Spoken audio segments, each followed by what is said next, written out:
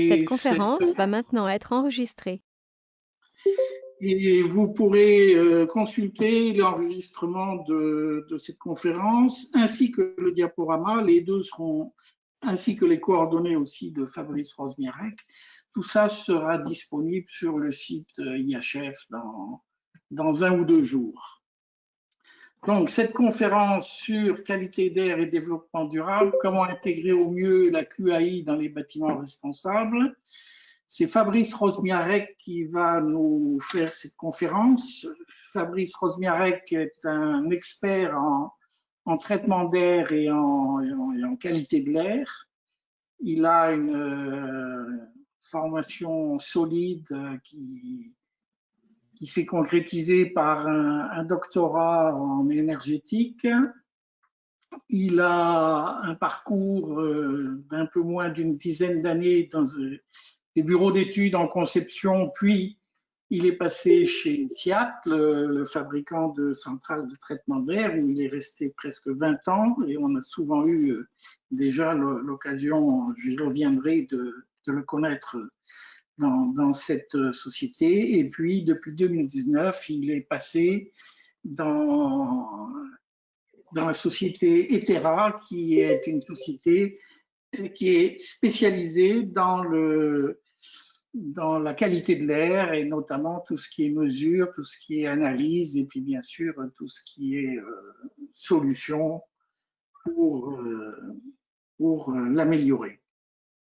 Donc, Fabrice Rosmiarek, on le connaît bien à IHF puisqu'il est déjà venu plusieurs fois. J'ai noté 3 fois, j'espère ne pas me tromper, 3 fois à nos journées. Les 2 premières fois, il était intervenu sur le cycle de vie des équipements, bien sûr, de traitement d'air ou des équipements techniques.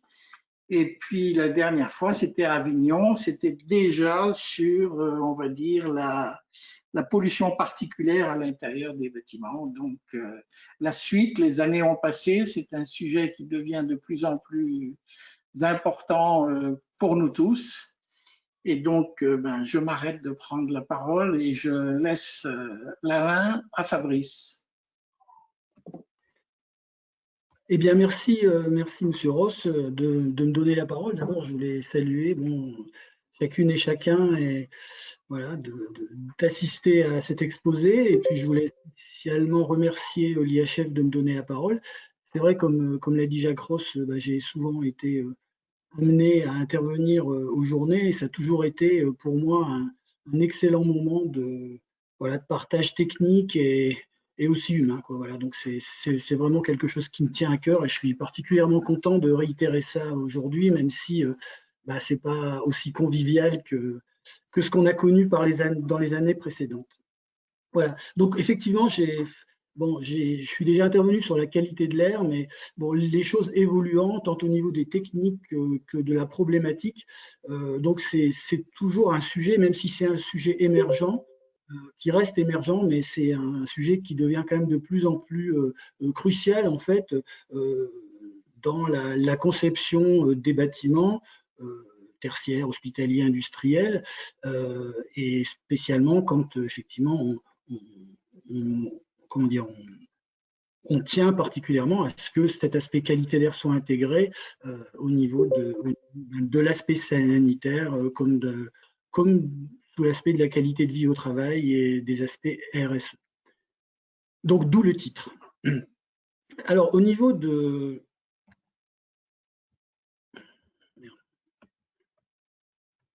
Voilà. Donc au niveau du sommaire rapidement de l'exposé du jour, donc je vais dans un premier temps vous faire un focus sur 3 polluants types.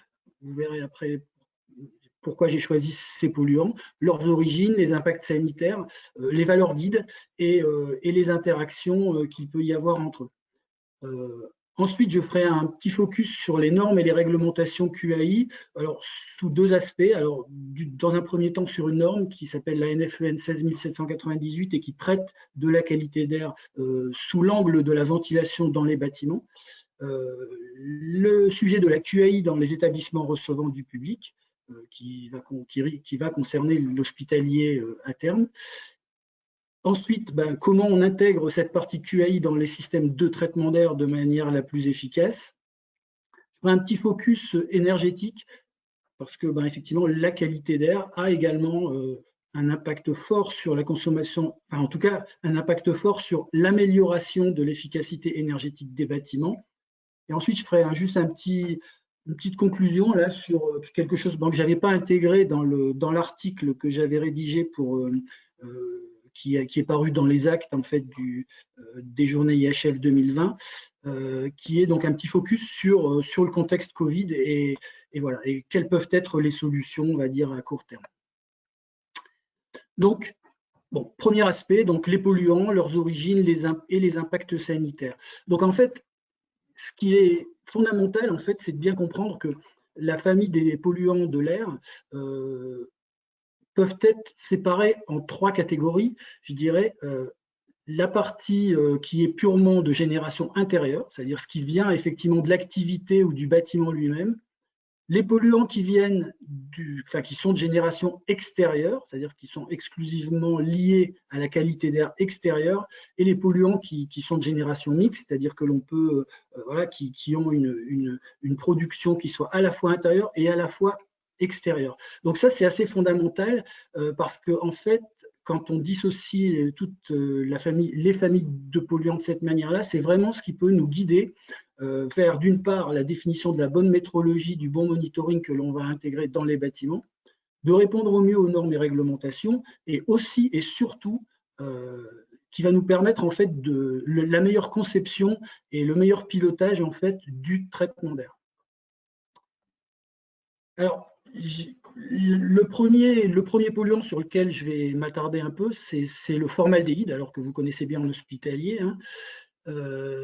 Donc, les origines de ce formaldéhyde, c'est d'une part les matériaux, voilà, spécifiquement pour tous les matériaux, comme on voit ici, qui sont un peu fabriqués en aggloméré, etc., donc qui intègrent des cols, des produits divers et variés, et qui, au fil du temps, en fait, vont se dégrader et vont produire ce formaldéhyde. Ensuite, on le rencontre également dans les produits chimiques, hein, alors dans les cosmétiques, les produits de nettoyage, c'est certains produits de désinfection, même si ça a été quand même éradiqué au fil du temps. Et le troisième poste de production, on dira, c'est tout ce qui concerne les combustions à flamme vive. Donc, c'est vrai que quelque part, c'est surtout en fait ce qu'on va rencontrer en résidentiel, puisque voilà, dans les autres types de typologies de bâtiments professionnels, en fait, on n'aura pas spécialement de combustion à flamme vive. Alors, une petite anecdote, là, on voit par exemple que sur la 3e photo du carré combustion, on a des bâtonnets d'encens. Donc, il faut bien savoir que les bâtonnets d'encens dans un environnement interne, c'est quelque chose de plutôt très productif de polluants, et notamment de formaldéhyde. Et par exemple, sur nos plateformes d'essai, quand on veut tester des épurateurs, des filtres, ou voire même des capteurs, eh bien en fait on utilise c'est pas vraiment de l'encens, mais c'est du matériau anti-moustique, là, des tortillons anti-moustiques, et dans notre chambre d'essai qui fait 30 mètres cubes, 0,6 g de ce tortillon permet d'ensemencer 140 ppb de concentration en formaldéhyde, ce qui est très très important. Donc, ça situe un petit peu la problématique également de ce genre de choses qui peuvent être utilisées dans les habitations essentiellement. Voilà, donc les origines du formaldéhyde. Maintenant, les impacts que, bon, je veux dire, on connaît à peu près correctement, hein, c'est que le formaldéhyde est une substance cancérogène qui est avérée pour l'homme. Donc, dans des concentrations relativement standards, bon, ça génère des irritations, des fatigues, des maux de tête. Et plus on augmente la durée d'exposition, bon, l'ANSES a clairement établi un effet cancérogène sur une exposition qui peut être chronique.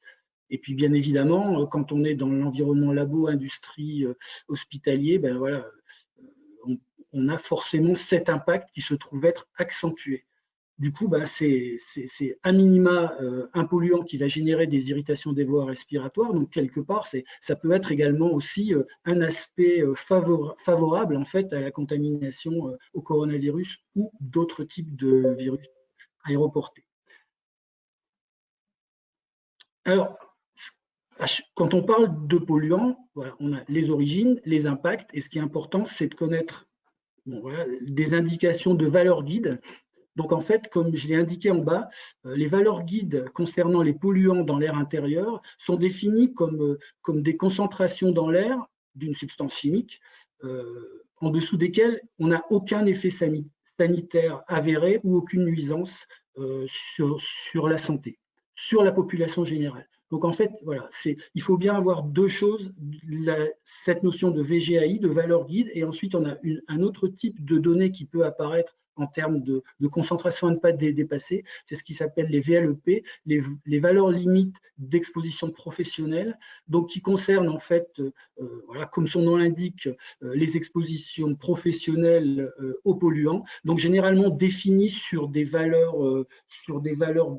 temporelles bien spécifiques, 15 minutes, 8 heures, et qui, comme elles ne concernent que, a priori, des personnes qui sont moins sensibles, puisqu'on n'aura pas de personnes âgées, pas d'enfants, du coup, avec des valeurs plus importantes. Voilà. Mais ce qu'il faut retenir, en fait, pour nos bâtiments, quels qu'ils soient, c'est cette indication de valeur guide. Alors ici, pour le formaldéhyde, donc actuellement, on est sur une valeur à ne pas dépasser en fait de 30 microgrammes par mètre cube, et depuis donc le 1er janvier 2015, et cette valeur va descendre en fait à une valeur de 10 microgrammes par mètre cube à partir du 1er janvier 2023. Donc d'ores et déjà, je dirais que en tout cas la conception des bâtiments et du système de traitement d'air doit viser quelque part à d'ores et déjà l'obtention de ces 10 microgrammes par mètre cube comme étant une valeur globale à ne pas dépasser. Alors, on a vu donc le formaldéhyde, polluant spécifiquement produit à l'intérieur des bâtiments. Le dioxyde d'azote est lui un polluant qui est essentiellement produit à l'extérieur, donc la production essentielle, c'est le trafic routier et puis les sources industrielles. Le dioxyde d'azote est vraiment un indicateur tout à fait pertinent en fait, de la pollution de l'air extérieur. C'est-à-dire qu'une fois qu'on sait qu'on a des concentrations de NO2 importantes, ça veut dire qu'on a une concentration en ozone importante, ça veut dire qu'on a une concentration en benzène importante, ça veut dire qu'on a une concentration en particules fines importante.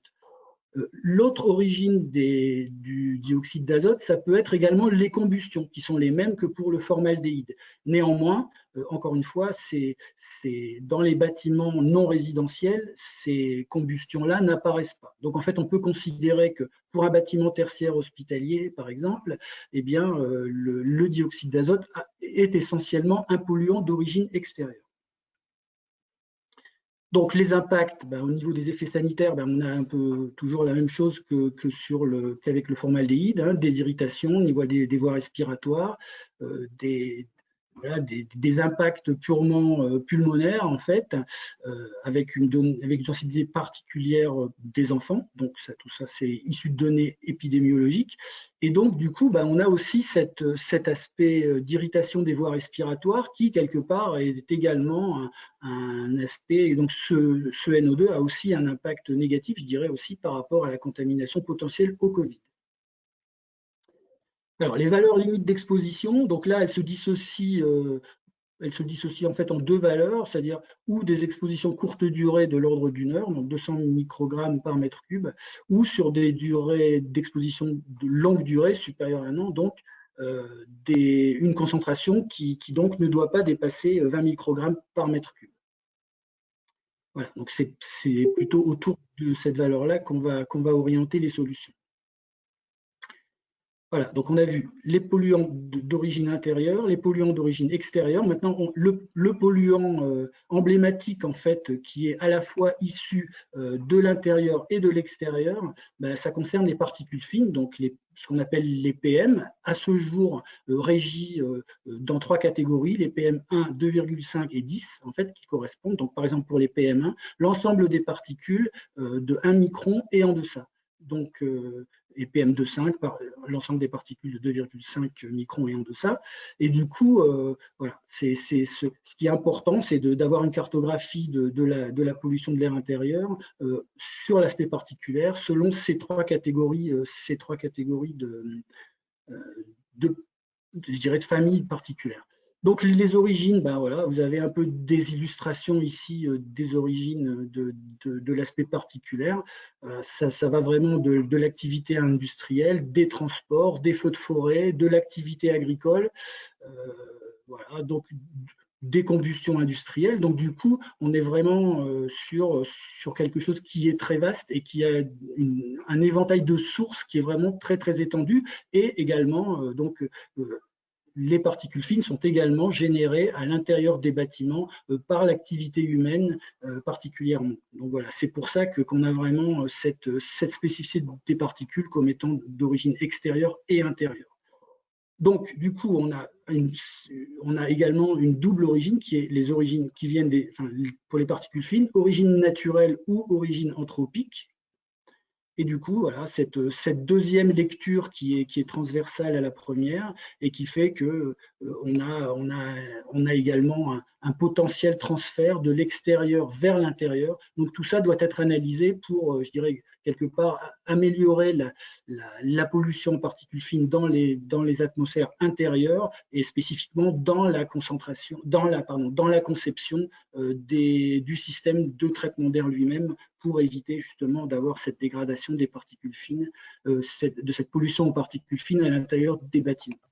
Bon, donc les impacts des particules fines, des PM, donc on est toujours sur des impacts respiratoires, pulmonaires, mais on a également donc des atteintes qui peuvent être vasculaires, cardiaques, et c'est surtout lié en fait à la taille des particules. C'est-à-dire plus les particules fines, ce qui est logique en fait, pénètrent profondément dans le corps humain, et en fait donc on a les particules les plus grosses qui sont piégées au niveau du nez ou dans la gorge.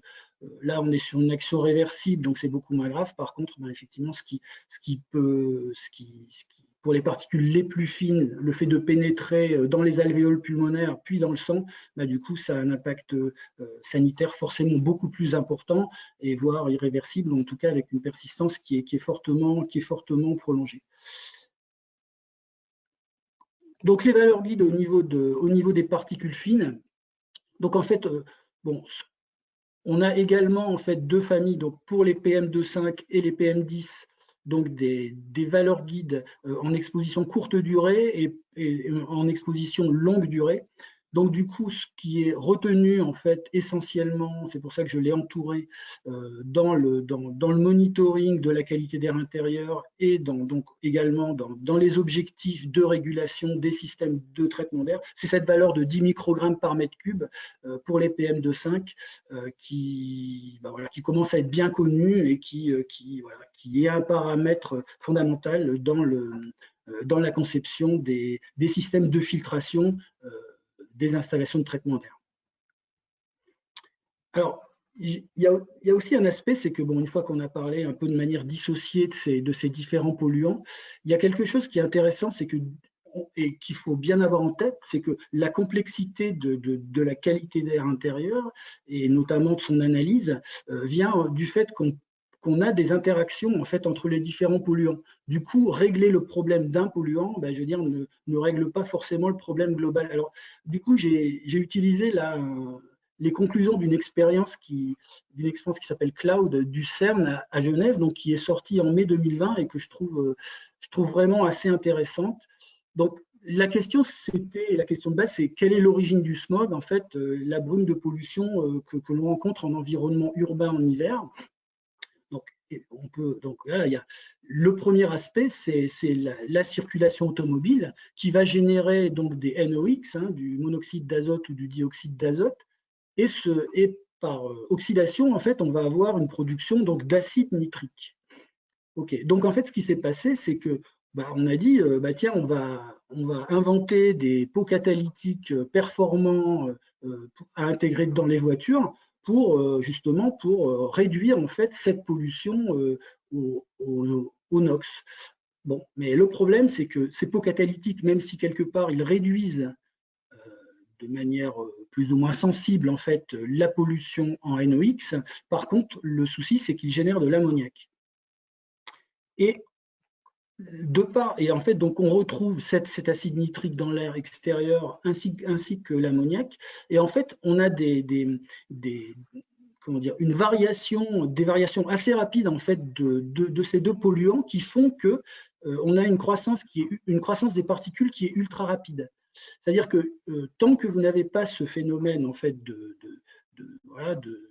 smog, c'est-à-dire de ces brèves, les particules vont croître de manière assez lente, ce qui fait qu'elles vont avoir le temps de s'agréger et donner des tailles de particules beaucoup plus importantes qui vont sédimenter et qui ne créeront pas de problème particulier. Par contre, du coup là, on a un phénomène qui a été mis en évidence par le CERN, du coup d'une croissance très très rapide des particules qui n'ont pas le temps de s'agréger. Et du coup, ça génère en fait ce smog et ça génère cette pollution particulière que l'on va rencontrer en hiver. Alors tout ça pour dire quoi? Tout ça pour dire qu'en fait, là, typiquement, on a cherché à régler un problème et on en a créé un autre. Donc, du coup, effectivement, on a moins de pollution, je dirais, au NOx, mais par contre, on a plus de pollution particulière.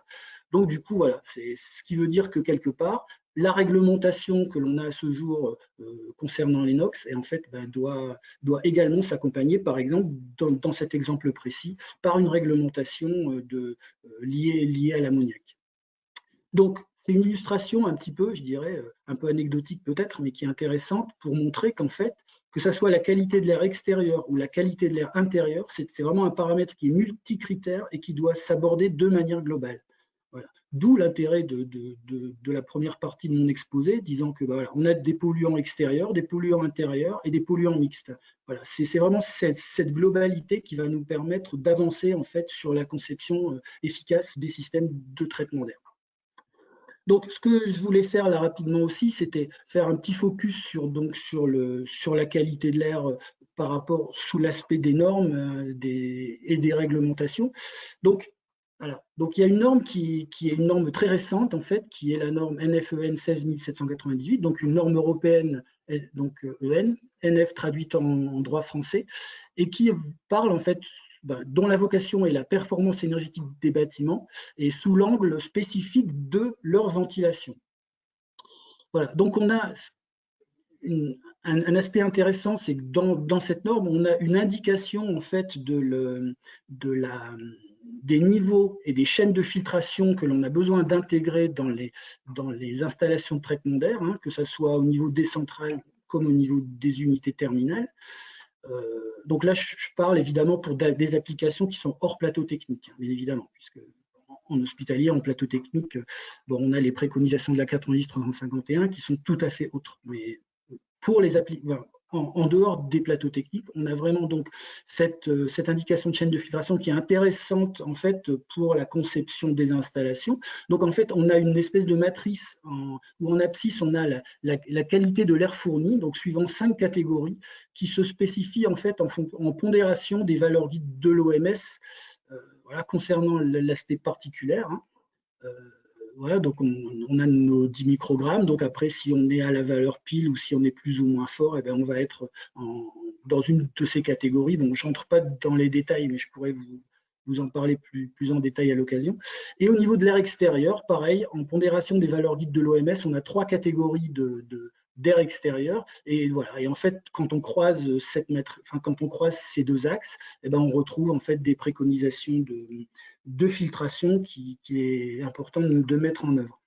Alors, je voulais juste signaler que la norme de filtration qui est l'EN 779 a évolué et donc maintenant ça s'appelle, c'est une norme ISO qui est la 16890. Donc les dénominations de filtration M5, M6, F7, F8, F9 n'existent plus. Maintenant, les filtres sont qualifiés en efficacité sur les PM1, PM2.5 et PM10.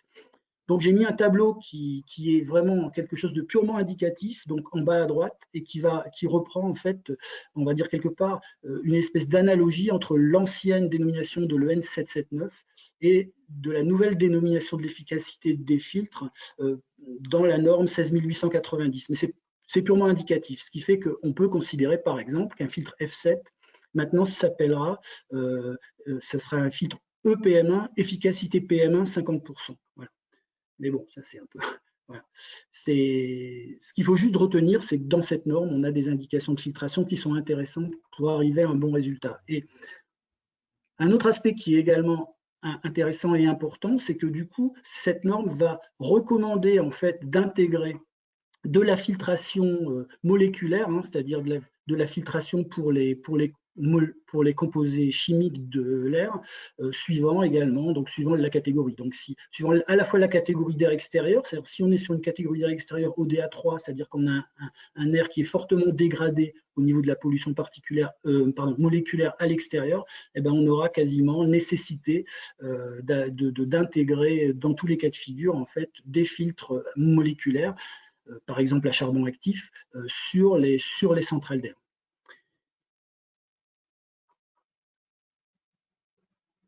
Voilà. Alors, ce que je voulais dire aussi, c'est qu'effectivement, du coup, le raisonnement global, en fait, au niveau de la conception du traitement d'air, enfin, je dirais, va nous indiquer et va nous guider vers quelque chose qui est également global au niveau du système de traitement d'air, au sens de augmenter le débit d'air neuf, augmenter le débit d'air extérieur, comme c'est souvent préconisé, n'est pas forcément la solution universelle, dans la mesure où si on augmente la quantité d'air extérieur, on peut régler les problèmes de l'air intérieur par rapport aux polluants qui sont générés à l'intérieur. Par contre, on va augmenter le transfert des polluants extérieurs vers l'intérieur des bâtiments et du coup potentiellement générer d'autres types de problèmes que ceux générés par les polluants purement à l'intérieur du bâtiment. Le deuxième aspect, un aspect réglementaire, donc rappelez que il y a un décret qui impose en fait un suivi de l'AQAI dans les ERP. Donc au jour d'aujourd'hui, les bâtiments concernés concernent la petite enfance, l'ensemble des écoles, des écoles maternelles au lycée, et également les établissements de formation professionnelle ou de loisirs. Donc, ce qu'il faut bien avoir en tête, c'est qu'au 31 décembre 2022, les autres établissements recevant du public seront concernés par ce décret. Donc, du coup, on peut imaginer que l'hospitalier tombe sous cette réglementation également. Donc, à ce jour, les polluants qui sont identifiés, les polluants, donc c'est le formaldéhyde, le CO2, le benzène, si on a une source spécifique à proximité, le perchloroéthylène, si on est à proximité d'un pressing. Et donc, on peut s'attendre à ce que cette liste de polluants évolue en fonction de la typologie de chaque bâtiment. Voilà. D'ici 2023, date d'application de ce décret à l'ensemble des établissements recevant du public. Donc, ce que je voulais indiquer également, c'est que du coup, à ce jour, dans cette réglementation, jusqu'à maintenant, ce qui était imposé, c'était des mesures de type laboratoire, de type COFRAC, des mesures ponctuelles. Voilà. Ça, si vous voulez, ça a évolué et maintenant il y a un deuxième dispositif qui peut être utilisé. Donc c'est un programme de prévention dans lequel on peut intégrer des mesures en continu. Voilà.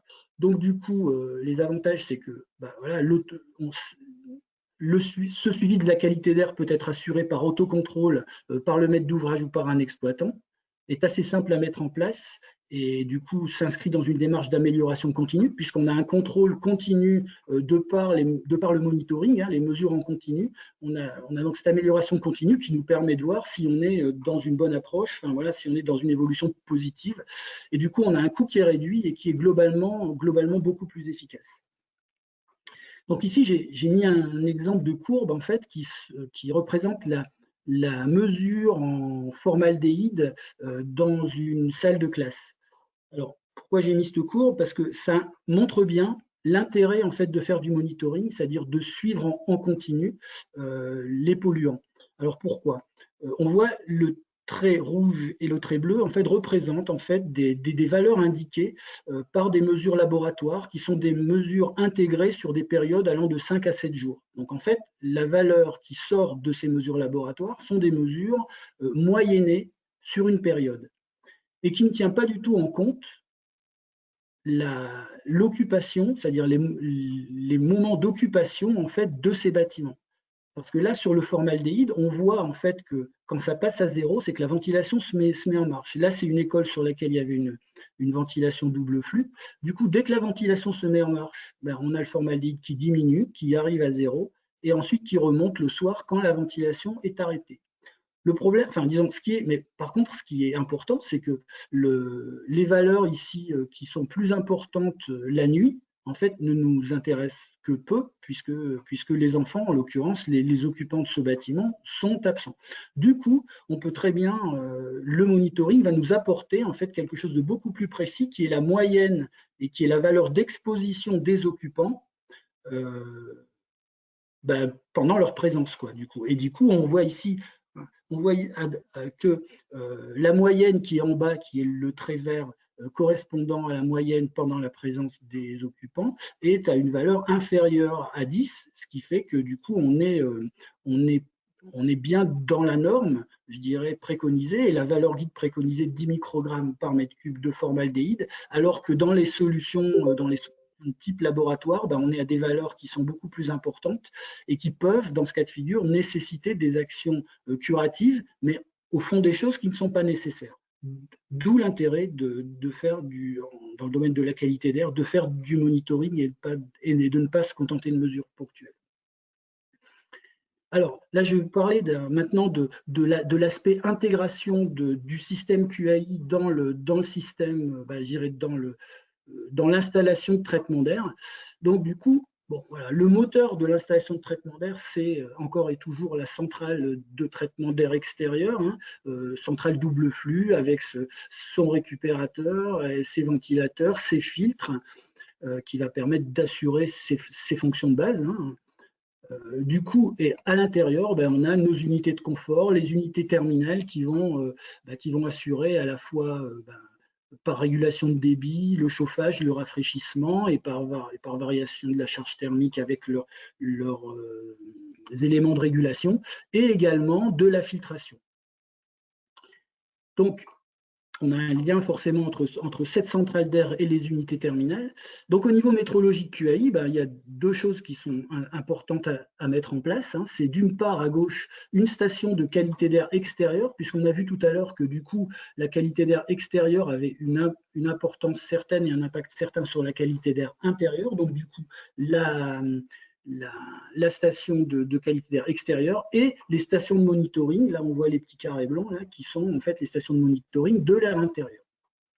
Donc tout ça, on va avoir un lien, on va avoir un lien entre ces mesures sur les stations extérieures et les stations intérieures, et en fait ces valeurs vont, via par exemple un concentrateur, peuvent être reliées, suivant différents protocoles, à la GTB.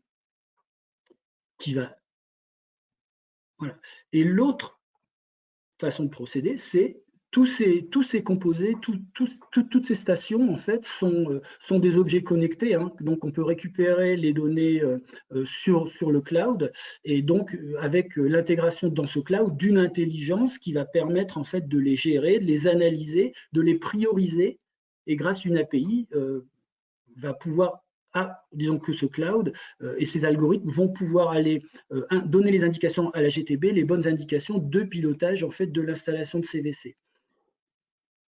Parce que en fait, ce qu'il faut bien avoir en tête, ce que j'ai dit, comme j'ai indiqué tout à l'heure, en fait, c'est que du coup, l'obtention d'une bonne qualité d'air intérieur, c'est forcément lié à la fois au pilotage de l'air neuf, mais également de la capacité que peuvent avoir les unités de confort d'améliorer également la qualité d'air.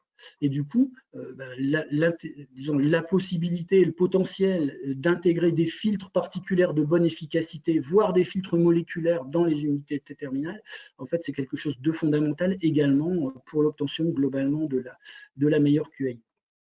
Donc ensuite, ce qui peut être intéressant, c'est dans certains cas de figure d'avoir des épurateurs autonomes, que ce soit en réception de travaux ou alors en amélioration de la qualité d'air dans des locaux qui pourraient avoir une qualité d'air dégradée, mais sans qu'on ait la possibilité de faire des modifications importantes sur le système de traitement d'air en place.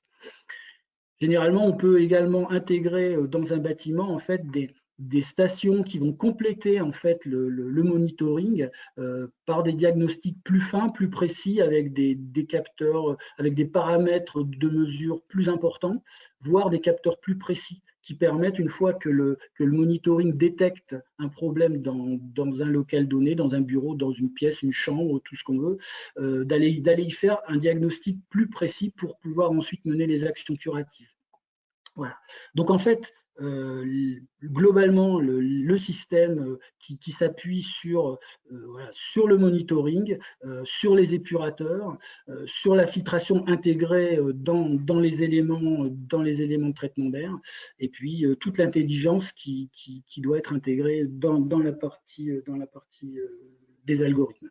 Donc, un autre aspect qui est aussi quelque chose de très intéressant, c'est que du coup, dans un bâtiment, d'autant plus que le bâtiment est complexe et possède un grand nombre de pièces et de différents locaux, on a beaucoup avancé sur la simulation numérique, c'est-à-dire que la qualité d'air maintenant, avec l'évolution à la fois de la partie mesure, mais également des algorithmes et de la connaissance en fait, je dirais scientifique de ce qu'est la qualité d'air, nous permet maintenant de faire des simulations numériques de cette qualité d'air. Voilà, c'est-à-dire que donc un système algorithmique dans lequel on rentre voilà, les matériaux, les mobiliers, présent dans le bâtiment, quel est le système de traitement d'air, comment il est utilisé, comment le bâtiment est occupé, quelle est la pollution extérieure.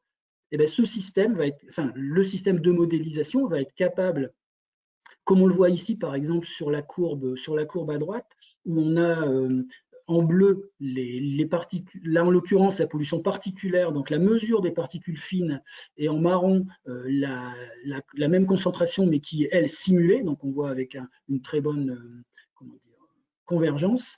Du coup, ça nous permet, comme on voit à gauche par exemple, de pouvoir identifier les zones plus ou moins polluées du bâtiment, et du coup on peut, grâce à ça, même si chaque pièce n'intègre pas de station de mesure, on est capable de faire une simulation et d'estimer de manière assez précise la qualité d'air dans l'ensemble des pièces, et de ce fait, pouvoir en fait intégrer dans les processus de régulation des différents équipements et ben, cette notion de qualité d'air intérieure globale sur l'ensemble des polluants. Voilà, donc les stations de monitoring, les purificateurs mobiles éventuels, la partie du cloud, et donc avec l'intelligence et le suivi en fait des différents paramètres, et à droite donc la supervision et la modélisation.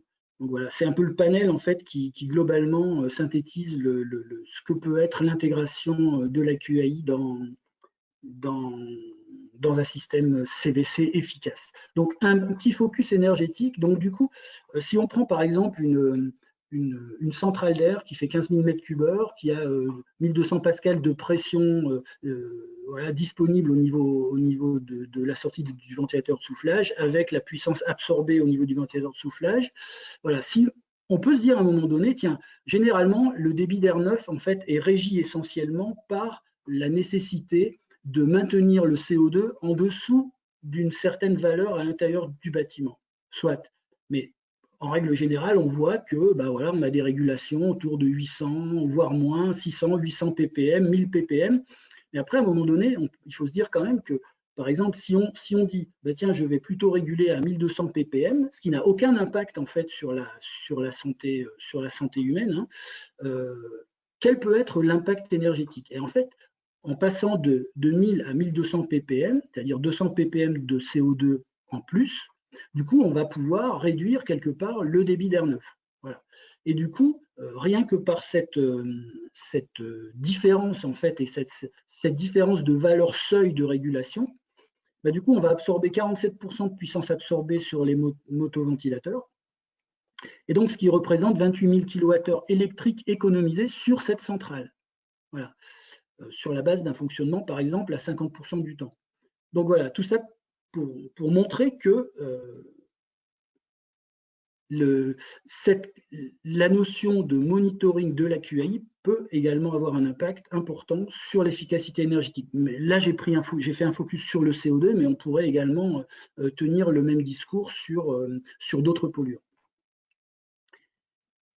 Donc, parce que voilà, ce qu'il faut bien avoir en tête également, c'est que du coup, sur le système de traitement d'air, les économies d'énergie se font prioritairement sur la réduction des puissances électriques absorbées, par rapport au gain thermique, parce que maintenant avec les récupérateurs, avec la forte efficacité de ces récupérateurs, bon, je veux dire, la variation d'air neuf en chaud ou en froid, je veux dire, enfin surtout en chaud, va impacter beaucoup moins qu'avant. Et du coup, voilà, c'est vraiment sur la réduction des puissances électriques qu'il faut jouer. Et les ventilateurs des centrales d'air neuf donc, doivent généralement vaincre des paires de charges liées à des réseaux complexes. Voilà. Donc du coup, il est préférable d'optimiser le débit d'air neuf, c'est-à-dire de ne pas forcément l'augmenter de manière inconsidérée pour gérer un problème de qualité d'air intérieur, mais de le laisser à un juste besoin, et par contre d'intégrer dans les ventiloconvecteurs du coup des systèmes d'épuration, parce que du coup là on va avoir beaucoup moins d'impact énergétique et une efficacité au bout du compte beaucoup plus importante, dans la mesure où on va limiter, de par la limitation du débit d'air neuf, on va limiter en fait les polluants, le transfert de polluants de l'extérieur vers l'intérieur. Voilà, et c'est donc bien ça le levier principal en fait d'efficacité énergétique lié à la QI. Alors juste rapidement, un petit focus là, sur le Covid-19. Donc du coup, juste pour vous signaler que donc il y a un avis de l'INRS qui est sorti en fait sur l'épuration dans le contexte Covid. Donc voilà, donc bon, alors l'INRS insiste sur le fait de renforcer le renouvellement d'air, mais l'interprétation qu'on peut faire de cette phrase, c'est aussi dire que le renouvellement d'air, ça n'est pas uniquement l'air neuf, mais c'est également l'air épuré en recyclage. Voilà, donc ça rejoint un peu le discours que j'ai eu juste avant. Donc, parce qu'on entend souvent dire oui, mais machin, les systèmes de traitement d'air, la clim, machin, bon, ça pose problème. Bon, en fait, l'INRS pointe le fait que pour éviter ce phénomène, il faut que la vitesse d'air reste faible au niveau des occupants, moins de 0,4 mètres par seconde. Donc là, je fais un parallèle dans mes commentaires en bleu. Là. Du coup, ce qui est important en fait par rapport à ça, c'est d'apporter un soin particulier à la diffusion en lien avec la norme NFEN 7730, donc la catégorie A, qui est la meilleure catégorie, donc qui est vraiment la norme qui régit le confort dans le bâtiment, puisque du coup, quand on respecte les critères de la catégorie A, on est à des vitesses d'air globalement qui ne dépassent pas 0,2 mètres par seconde. Donc cet aspect, du coup, est tout à fait respecté. Et ensuite, elle insiste, donc l'INRS insiste sur le fait d'intégrer des filtres EPA, donc des filtres à très haute efficacité, jusqu'à H14. Bon, le problème, c'est qu'il faut donc effectivement vérifier que la CTA le permette. Si on est en rénovation, on se dit, voilà, on a un système existant, voilà, est-ce que je peux aller mettre un filtre EPA dans ma centrale? Ça, il faut voir effectivement si au niveau déjà au niveau du système de montage et également au niveau de la capacité qu'a le motoventilateur à combattre des pertes de charge plus importantes, voir si elle peut le faire. Et voilà, alors elle pointe la difficulté d'intégration d'un filtre EPA dans les ventiloconvecteurs, ça c'est sûr, puisqu'un motoventilateur de ventiloconvecteur ne peut pas se permettre de pousser à travers un filtre EPA. Donc néanmoins, quand ce n'est pas possible, voilà, il faut quand même pas rejeter le fait que intégrer un filtre d'efficacité fine, par exemple un filtre M6 ou F7, même si ça n'est pas un filtre EPA, ça a néanmoins une forte efficacité, notamment sur les particules. Et donc l'INRS pointe aussi l'impact et l'intérêt d'implanter des épurateurs autonomes qui intègrent une technologie de filtration également de haute efficacité, en signalant que les systèmes d'épuration actifs comme la catalyse, la photocatalyse, les UV, le plasma, l'ozonation génèrent généralement des produits secondaires qui peuvent être potentiellement nocifs. Voilà, donc seul le filtre EPA, en fait, le filtre EPA en tout cas est la meilleure solution actuelle qui possède la meilleure innocuité. Voilà, donc les épurateurs, bon là je vais passer rapidement. Tac. Alors juste un dernier petit focus là-dessus, c'est on entend donc pourquoi un filtre EPA? Parce que on entend souvent dire, par exemple, oui, plus la particule est petite, plus le filtre EPA sera efficace. Alors généralement, les gens disent, non, c'est pas possible, machin, plus la particule est petite, moins c'est efficace. Pour les filtres EPA, ça n'est pas exact en fait. Donc j'ai mis cette courbe qui est pas très belle, mais on voit par exemple que sur la courbe supérieure, un petit peu en cloche, là, une espèce de courbe en cloche inversée. Là. Donc du coup, là où c'est écrit effet global, on voit que quand on a une efficacité qui descend jusqu'à une valeur qui est voilà, donnée pour à peu près 0,25, pour une particule de 0,25 microns, on a une efficacité minimum. Et quand on descend, quand on a les tailles de particules qui descendent, eh bien on voit que cette courbe remonte. Et ça, c'est dû en fait à un phénomène sur lequel les filtres EPA travaillent en fait en termes de filtration. C'est ce qu'on appelle le phénomène, l'effet de diffusion. Donc on voit que l'effet de diffusion est tout à fait nul pour les particules supérieures à 1 micron, mais par contre, plus les particules deviennent petites, plus cet effet va donner une efficacité importante au filtre EPA. Alors cet effet de diffusion, c'est simplement le fait que quand les particules deviennent très petites, elles deviennent quelque part en taille, quelque part en similitude par rapport aux molécules qui se trouvent présentes dans l'air. Et donc, quand les particules sont animées d'un mouvement, elles sont quelque part perturbées par les molécules présentes dans l'air et donc elles subissent un espèce de mouvement oscillatoire qui fait qu'elles augmentent leur probabilité de rencontrer une des fibres du filtre, d'où cette efficacité de diffusion. Donc oui, quand on a des particules plus petites, quand on est à 0,1 micron, voire plus petit, un filtre EPA aura donc une efficacité très importante, d'où la nécessité d'intégrer ce genre de filtre aussi pour la lutte contre le Covid, dans la mesure où voilà, ces petites particules, ces fines particules peuvent être potentiellement porteuses de virus. Et du coup, il faut pouvoir les traquer aussi et pas simplement se contenter d'aller filtrer les particules, on va dire, de 0,1, 0,2, enfin plutôt de 0,5, 1 micron, 2 microns ou au-delà. Voilà, il faut vraiment s'attacher aux microparticules également. Voilà. Et donc, on a aussi développé un algorithme en fait qui permet de simuler le risque de propagation en fait du Covid en fait. Du coup, donc voilà, c'est une modélisation informatique qui est basée sur la configuration du bâtiment, quel est son système de traitement d'air, comment l'air est véhiculé, comment est-ce qu'il peut passer d'une pièce à l'autre, comment le bâtiment est occupé.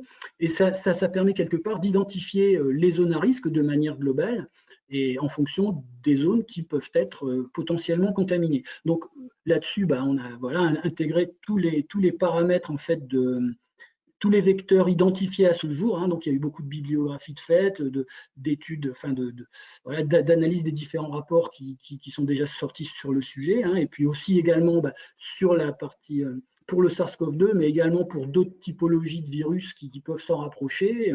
Voilà, donc tous les vecteurs, à la fois aéroportés ou par contamination des surfaces, la sédimentation suivant la taille des particules, etc. Voilà, et donc du coup, voilà, en plus des données qui maintenant commencent à être connues concernant le SARS-CoV-2, donc et notamment sa survie quand il est en aérosol ou sur les surfaces, et du coup voilà, disons qu'il y a une estimation probabiliste en fait qui a été faite par cette modélisation et qui permet de faire cette simulation du risque de propagation. Voilà, donc en conclusion, je dirais, quelque part, intégrer une bonne stratégie QAI dans le système, dans le bâtiment, en fait, via le système de traitement d'air, c'est forcément améliorer la qualité de l'air neuf soufflé, en fait, de la qualité de l'air neuf, par une filtration particulière à la plus haute efficacité. On a vu que de toute façon, disons que le fait de passer avec une filtration EPA, même pour les centrales qui n'en ont pas, du coup, ça peut être un vrai sujet, quoi. Et puis une filtration moléculaire ciblée, en fait, notamment pour les polluants chimiques extérieurs, pour la centrale d'air neuf. Optimiser le débit d'air neuf au juste nécessaire au niveau des dimensionnements réglementaires.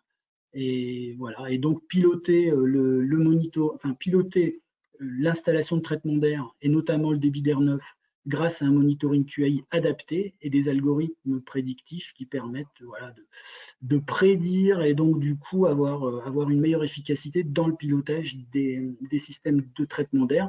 Et ensuite, essayer autant que faire se peut d'avoir une épuration qui soit particulière et également chimique concernant les pollutions internes. Donc voilà, intégrer ces filtres aux appareils de traitement d'air locaux, et puis également piloter leur fonctionnement à ces appareils par le monitoring QA. Voilà, donc voilà, donc juste la phrase en conclusion, c'est vraiment ça, quoi, que le socle QA du traitement de l'air des bâtiments, c'est le monitoring dédié couplé à l'intelligence appliquée aux données acquises. Voilà, j'en ai terminé. Merci beaucoup Fabrice pour cet exposé passionnant et excellent.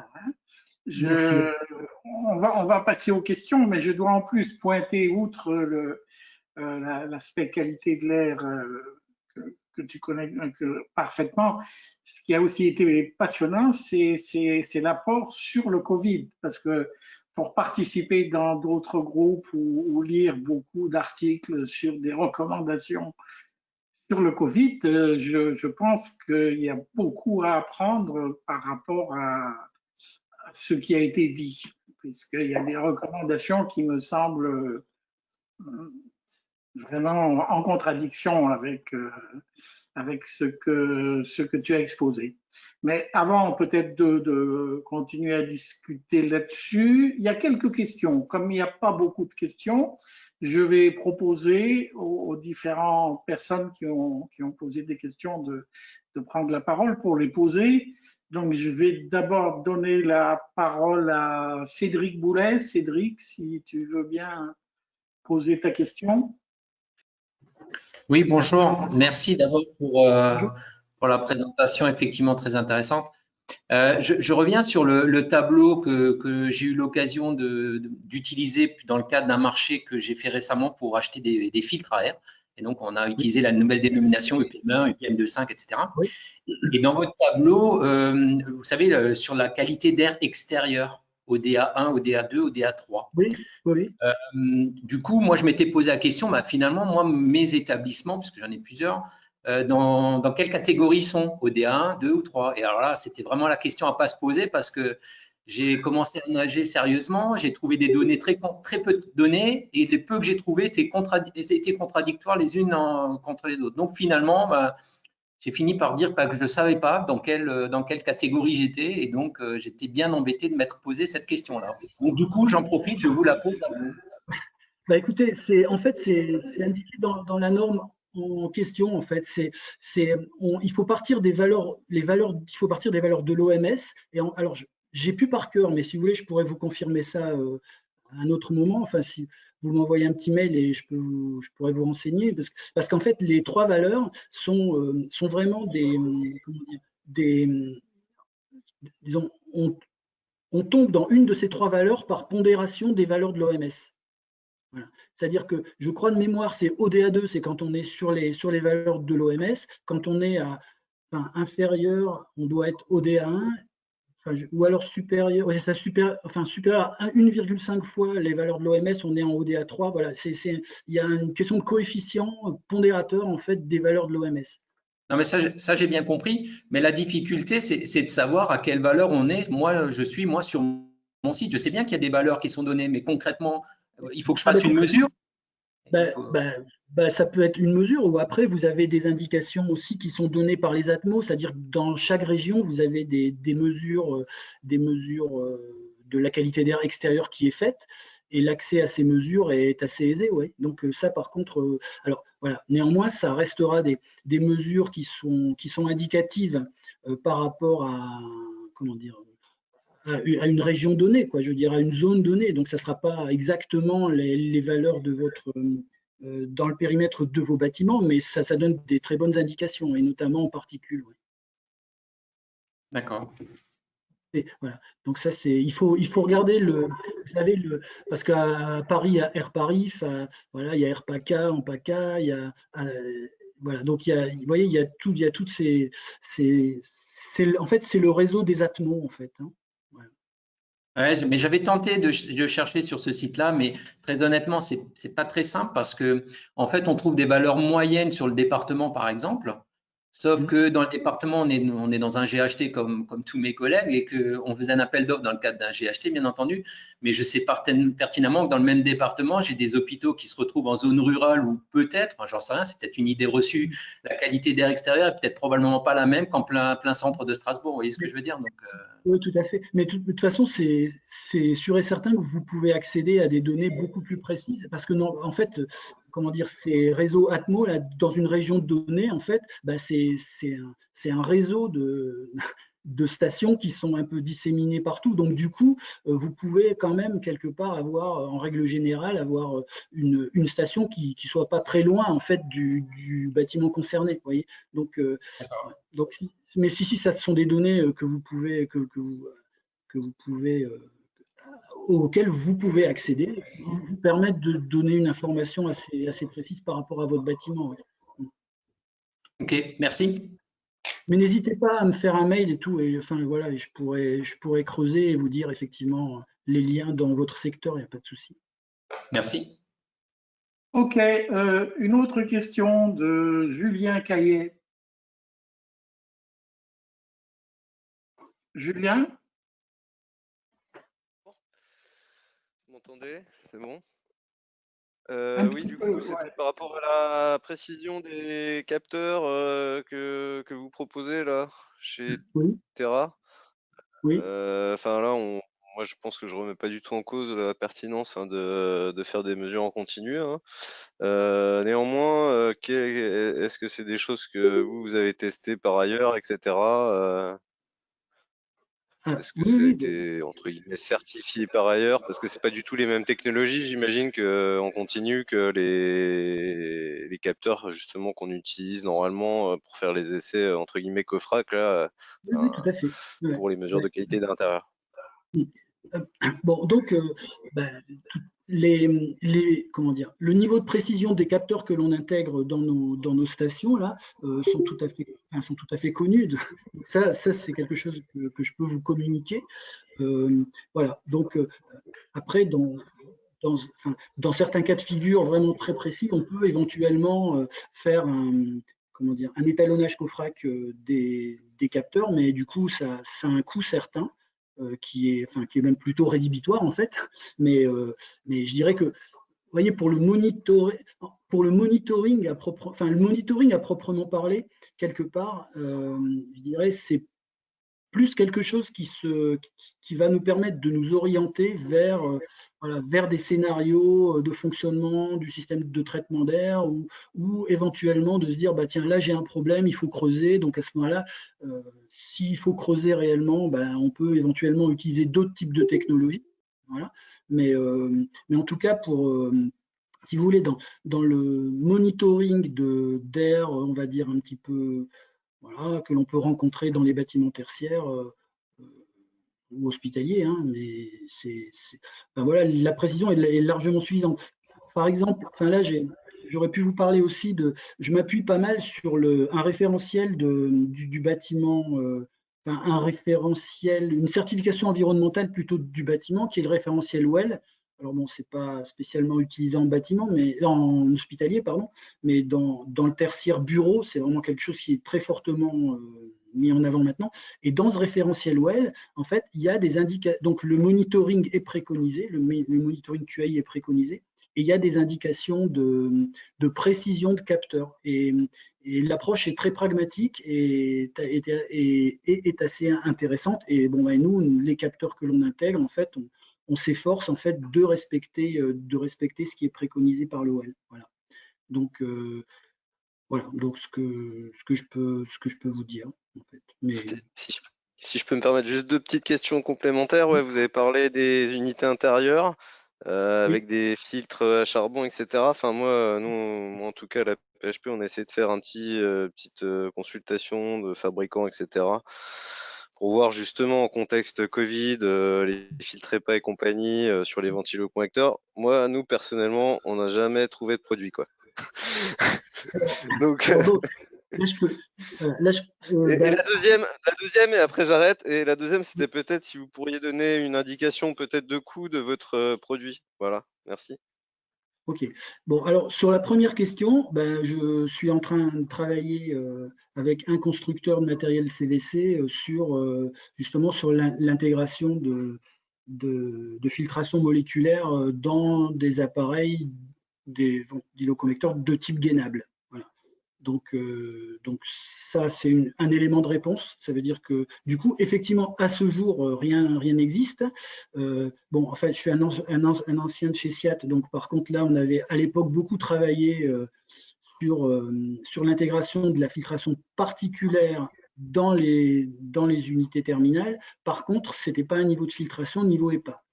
Voilà. Bon, ça c'est la première chose, parce que en fait, sur un ventiloconvecteur, intégrer un filtre EPA, à mon avis, ça c'est vraiment trop compliqué en termes de ressources en fait au niveau du motoventilateur, quoi, qui n'aura de toute façon jamais assez de pression pour pouvoir vaincre le filtre EPA. Et moi, je me pose quand même la nécessité en fait quelque part de mettre un filtre EPA sur un ventiloconvecteur.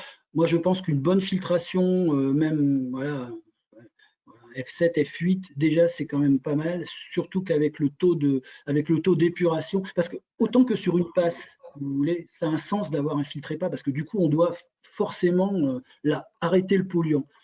Sur une passe, donc du coup, il faut une efficacité plus importante. Par contre, sur un système où on travaille en recyclage et en épuration, on fait passer l'air, mettons, 5 ou 6 fois par heure sur le filtre, du coup, on peut se permettre d'avoir un niveau de filtration un peu plus faible. Donc, voilà. Donc là, je dirais que, par exemple, ben voilà, je vais faire de la pub pour SIAT, mais en tout cas, au niveau de l'aspect particulier, là, il y a des solutions. Voilà. Donc, alors, pour l'aspect moléculaire, ben ça, vous pourrez revenir vers moi, je dirais courant 2021, et ça, je pourrais vous orienter vers des solutions moléculaires également. Voilà, donc ça, c'est le premier élément de réponse. Et la deuxième partie de la question, c'était quoi déjà? J'ai pas noté. Non, je crois que ça a à voir avec les prix. Ah oui, c'est C'était un coût indicatif de votre produit, voilà, pour avoir un ordre de grandeur. À traiter en direct, peut-être, parce que c'est un peu complexe, j'imagine. Oui. Bah, disons que les stations de mesure, donc si vous voulez, enfin, j'ai pas trop insisté sur l'aspect commercial des choses, mais si vous voulez, on a trois. Enfin, en gros, l'activité qui est l'activité du développement et de la fabrication des stations de mesure. On a la partie, et ensuite on a la partie épuration. Donc on développe un média spécifique pour traiter le formaldéhyde, pour filtrer le formaldéhyde par exemple, qui est la base en fait quelque part de la création de Déterra, hein, puisqu'il y a un brevet autour d'un matériau spécifique pour purifier vraiment le formaldéhyde de manière spécifique, et on est les seuls à faire ça sur le marché. Voilà. Et on est également les seuls à faire du monitoring, de pouvoir faire du monitoring du formaldéhyde dans nos stations, mais de manière spécifique, pas seulement les COVL, mais vraiment le formaldéhyde. Bref, donc tout ça pour dire qu'en fait, les stations, comme les systèmes d'épuration, c'est quelque chose qui est fait quasiment à la demande. Voilà. Donc du coup, si vous voulez, là, je n'ai pas présenté, enfin, je pourrais à une autre occasion vous présenter plus en détail les gammes, mais on est capable de faire de la mesure radon, on est capable de faire de la mesure de tous les éléments, de tous les composés chimiques présents dans l'air extérieur. On est capable même au niveau par exemple des capteurs particuliers, on peut intégrer différents niveaux de qualité de capteurs en fonction de l'objectif. Est-ce qu'on veut juste faire de la détection de seuil, ou est-ce qu'on veut vraiment une valeur qui soit une valeur efficace, enfin une valeur précise? Vous voyez, donc c'est un peu compliqué à donner une indication de prix. Je dirais qu'une station de monitoring avec une configuration de base qui est formaldéhyde, COVL, CO2, particules fines, voilà, c'est autour de, mais voilà, c'est un prix vraiment indicatif, hein, c'est entre 1200 et 1500 euros, quoi. Voilà. Mais encore une fois, je vous dis, je pense en effet que pour ça, de toute façon, il y a toutes les coordonnées de Fabrice Rosmirec, et je pense qu'il sera très intéressé si on le sollicite. Mais il faut le solliciter avec des billes et pas véritablement un petit peu dans Bien sûr, bien sûr. Vous voyez, ça restait une question indicative, hein, bien sûr, je me rapprochais de lui si nécessaire, merci. Parce que moi, vous voyez, ce qui m'intéresserait aussi beaucoup, c'est par exemple qu'on puisse collaborer sur un bâtiment donné, notamment voilà, par rapport à à l'approche de l'arrêté sur les bâtiments ERP, là, donc je pourrais à un moment voilà, essayer de faire une preuve de concept et voir un peu voilà, où on en est dans un hôpital, voilà, sur les polluants ciblés, là, voilà, c'est quelque chose qui peut, enfin, moi, qui m'intéresserait fortement, quoi. J'ai encore une question de Jean-Christophe Oliveri.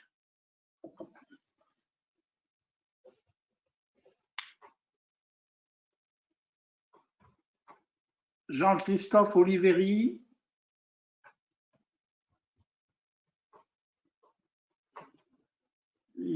Serait-il déjà parti? Non, il a l'air toujours là. En fait, je vais poser sa question. C'est confirmez-vous que les masques FFP2 en papier bleu contiennent du formaldéhyde et du toluène? Ah, alors, c'est une bonne question. Je ne sais pas. Là, je sais qu'on a testé. Là, il faudrait que je pourrais vous donner un élément de réponse. Je sais qu'on a testé les masques plus sur un plan d'efficacité, en fait. Mais je ne sais pas s'il comporte de. Je ne sais pas. Là, Joker, je ne peux pas vous dire. Mais je sais qu'on a testé, on a testé au moins l'efficacité d'un masque sur un mannequin voilà, sur le plan particulier. Alors après, mais je me renseignerai, je pourrais vous dire. Il y a aussi une petite question de Vincent Chevalier, mais je vais y répondre tout de suite puisque c'est une demande pour avoir les slides. Donc, comme j'ai dit au début, mais peut-être vous n'étiez pas là, la présentation, tout comme les slides, tout comme les coordonnées de Fabrice Rosmiarek, vous pourrez les trouver sur le site IHF en accès libre dans, je pense, un ou 2 jours, le temps qu'un collègue mette ça sur le site. Et donc, bizarrement, je n'ai pas d'autres questions, donc ça veut certainement dire que vous avez été extrêmement brillant, Fabrice. Moi, encore une fois, je me permets de revenir sur ce qui me semblait quand même quelque chose de très bien quand vous avez bien expliqué que, notamment pour le Covid, mais même autrement pour les polluants en général, évitons cette simplification de dire augmenter le taux de renouvellement. Or, avec air extérieur, et tout simplement. Et c'est quand même quelque chose que j'entends ou que je lis dans beaucoup d'endroits. Oui, c'est sûr que de toute façon, enfin, disons que la réponse ne peut pas être unique, quel que soit le bâtiment. C'est clair voilà, que si on c'est un peu une fausse bonne idée qui paraît très simple, mais qui est trop sommaire pour être efficace. Voilà. Effectivement, si on est dans un logement qui n'a qu'une ventilation simple flux, bon, c'est clair qu'ouvrir les fenêtres, c'est fondamental. Ensuite, si on est dans un bâtiment plus technique, on va dire, avec une installation de traitement d'air performante, voilà, la meilleure solution peut être abordée différemment. C'est clair. Parce qu'on voit bien de toute façon que. Alors après, effectivement, on est dans une situation de crise Covid, mais ensuite, voilà, il faut bien intégrer le bon scénario de gestion de la qualité d'air intérieur, de toute façon, doit intégrer la qualité d'air extérieur et donc forcément voilà, pondérer en fait ce taux d'air neuf en fonction également de la qualité d'air extérieur. Donc il y a moyen de faire autrement, notamment sur les installations où on a un traitement d'air déjà performant de manière intrinsèque. J'ai une nouvelle question d'Alain Lecar. Bonjour Alain. Oui, bonjour. Vous m'entendez? Oui, on t'entend. Oui, on parlait des stations de mesure tout à l'heure et je voulais savoir si elles pouvaient être installées sur les circuits de rejet des CTA, par exemple lorsqu'on est dans un grand bâtiment, pour pouvoir cibler un maximum de locaux. Alors, Alain, disons que, a priori, les stations que l'on commercialise là, sont des stations qui s'installent dans l'air ambiant. Voilà, donc ça c'est le premier élément de réponse. Donc, puisqu'en fait sur un réseau de gaines, j'imagine, on a d'autres paramètres qui sont liés à la vitesse. Donc du coup, voilà. Mais c'est vrai que c'est un sujet qui m'est souvent posé. À ce jour, je dirais que j'ai pas forcément de solution immédiate, mais en tout cas, ouais, c'est un sujet sur lequel on doit se pencher rapidement. Ouais. Et encore une toute petite question sur le simulateur numérique qui était évoqué Oui. tout à l'heure. Est-ce qu'il est, c'est un logiciel de votre fabrication ou En fait, on travaille avec un partenaire sur ce sujet-là. Et donc, du coup, oui, c'est un peu une exclusivité. Oui. D'accord. OK, merci. Voilà, a priori, il n'y a plus de questions. Pas de nouvelles questions ou de dernières questions des participants.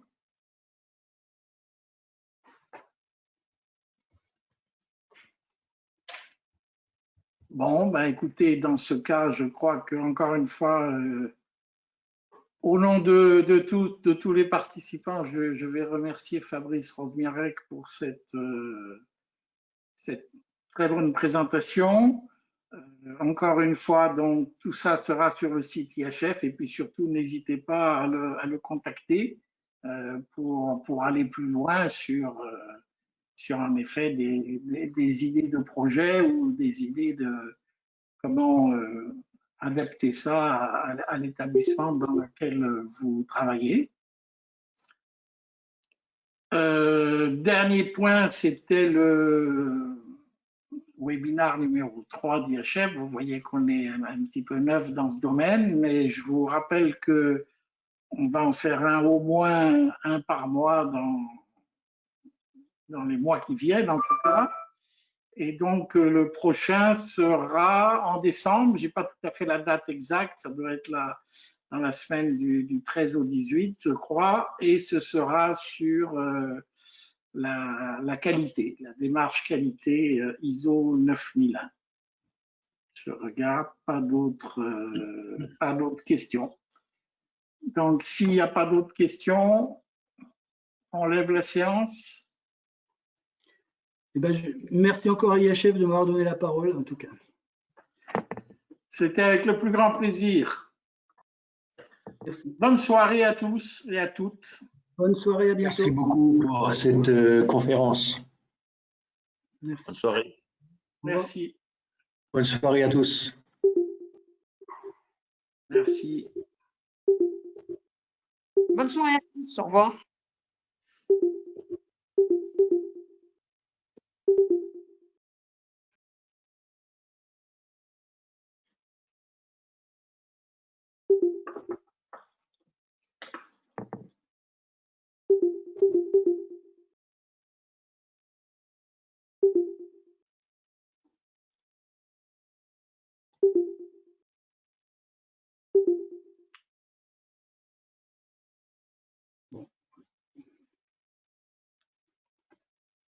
Bon, ben, Monsieur Ross, je vous dis bonne soirée et j'espère aux journées IHF 2021. D'accord.